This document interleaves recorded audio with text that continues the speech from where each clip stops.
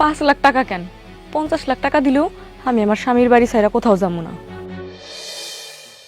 ঠিক আছে, টাকার অ্যামাউন্টটা বাড়াই দিতেছি। যাও, তোমার আমি 50 লাখ টাকা দেবো। আব্বা, 50 লাখ টাকা কেন, 50 কোটি টাকা দিলেও আমি আমার স্বামীর বাড়ি ছাইরা কোথাও যাবো না।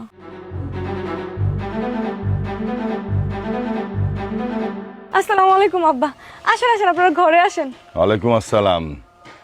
তাহলে তুমি এই ভাঙা বাড়িতে আমার ছেলে নিয়ে উঠছো? না আব্বা, আমি উঠি নাই, আপনার ছেলের বন্ধু এই বাড়ি ঠিক করে দিছে। যেই ছেলে কিনা আমার জীবনে এসি ছাড়া ঘুমায় নাই, সেই ছেলে এই ভাঙ্গা চালা বাড়িতে এসে ঘুমাইতেছে। আমার তখন মন চাইতেছে চিৎকার করে কান্দি।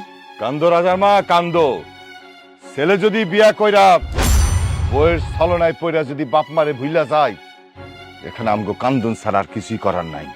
আব্বা, আপনি যে কাজটা করতে আসছেন ওই কাজটাই করেন, ওরে বুঝাইয়া দেন। জামাই, তুমি বুঝায় কও। শোনো, তুমি আমার সুমন্দিরে ঘটনাক্রমে বিয়ে করছো।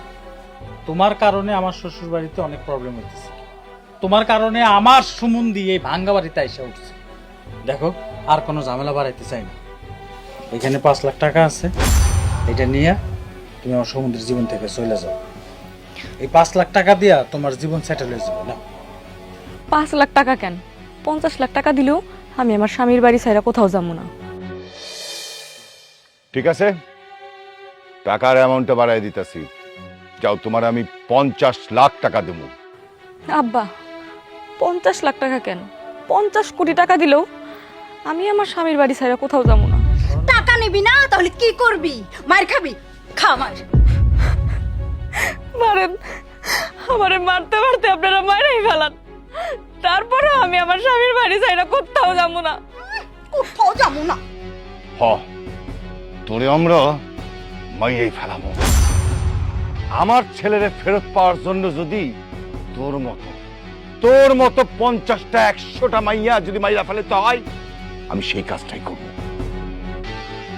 চলো, আয়। তুই আমার পোলারে আমার বুকের থেকে কাইরা নিছস না, এইটার মজা তুই পাবি। এই চল, চলো।